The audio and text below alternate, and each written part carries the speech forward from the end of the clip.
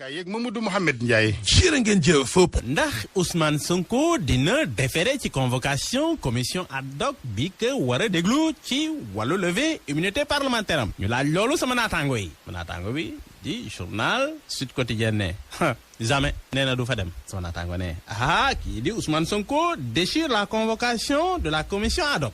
moo ne de ku nekk xam na ni Ousmane Sonko 10 heures lañ ko convoqué ci assemblée nationale ngir mu mën a dem foofu ñu auditionné ko député yi auditionné ko. ma naataango ne looloo am de kii di Sonko nee na du fa dem. ndaxte jàpp na ni nuñ ko defee baaxul. commission bi xaarul sa député yi fa nekk d'accord ci nuñ koy defee. ñu jël convocation nu mu gën a gaawee jox ko gendarme mu dem yóbbul ko. Sonko ne ko yow indi nga convocation bi neel ñi la yónni man jëluma ko je prends pas le courrier delloo ko fu mu nekkoon. sama naataango ne looloo am. waaw journal enquête ne plénipotentiaire pouvoir bi ak opposition d'accorduñ ci dara. naka noonu ak non aligné kenn d'accordul dara ci affaire yi. Adji Sarr témoins yi experts yi camp de l'opposition dafa bëgg ñoo ñëpp ñu ñëw teew balaa ñuy déglu kii di Ousmane Sonko ñoom ñëpp nee nañ foog Adji Sarr ñëw moom moo xalaame nee na kii def ko violé na ñëw ñu déglu ko. naka noonu témoins yi naka noonu experts yi balaa ñuy indi Ousmane Sonko loolu mooy dëgg. l'opposition bi ñu waxee loolu camp pouvoir ne loolu amul kenn du fi déglu ñooñu. sama naataango bi di journal Libération ne bras de fer bi métti na. bras de fer bi métti na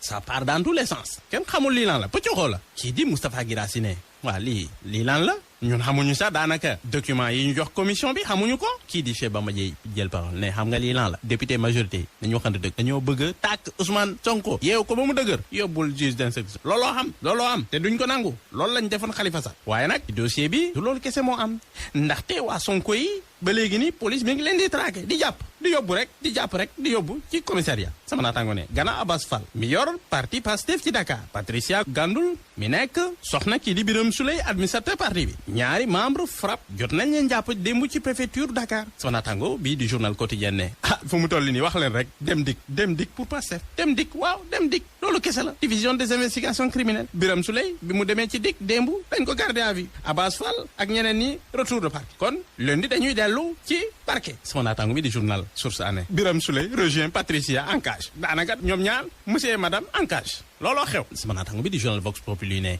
administrateur parti bi Birame Souleye dañ koy poursuivre pour diffusion de fausses nouvelles ay wax yoo xamante ni lu amul naka noonu di yor ay image yoo xamante ni kenn du ko nangu ci mim réew. journal L'Observateur ne ma wax leen tey yi police naka la def ngir jàpp ñi ñu jàpp yóbbu ci commissariat. ñu laaj sama naataango naka la ko defee mu ne xam nga police dañoo foogoon ni amul ay système rek la yor ndaxte dafa exploiter benn contenu audio WhatsApp boobu da doon expliquer naka Sonko yi war a def ngir jàmmarlu ak force de l'ordre yi naka noonu taal ay cax-caxadee dëkk bi indi fitna. ma naataango ne enquêteurs yi ñoo def li nu mel ñu dem ci opérateur téléphonique yi exploiter ay puces yokk seen enquête waaye nag waa Sonko yi ñoom ñëpp dañoo niye nee nañ ñoom laalewuñu ci loolu nag sama naataango ne fu mu toll ni ba léegi bougé wuñu mètre fu ñu leen téyee noonu. man tamel ci université Cheikh Anta Diop de Dakar Sonko moom léegi persona non grata plus question de laisser Sonko ñëw fa benn politicien nee nañ du fa teg nankam léegi collectif des amicales ñoo d'accord ci lu mel. sama naataango L'Observateur nee na waxal rek fatwa léegi fatwa képp koo xamante ni politicien boo fa yegg seewu nga xam ni luñ la def rek yaa xam. sama naataango bi journal L'Observateur ne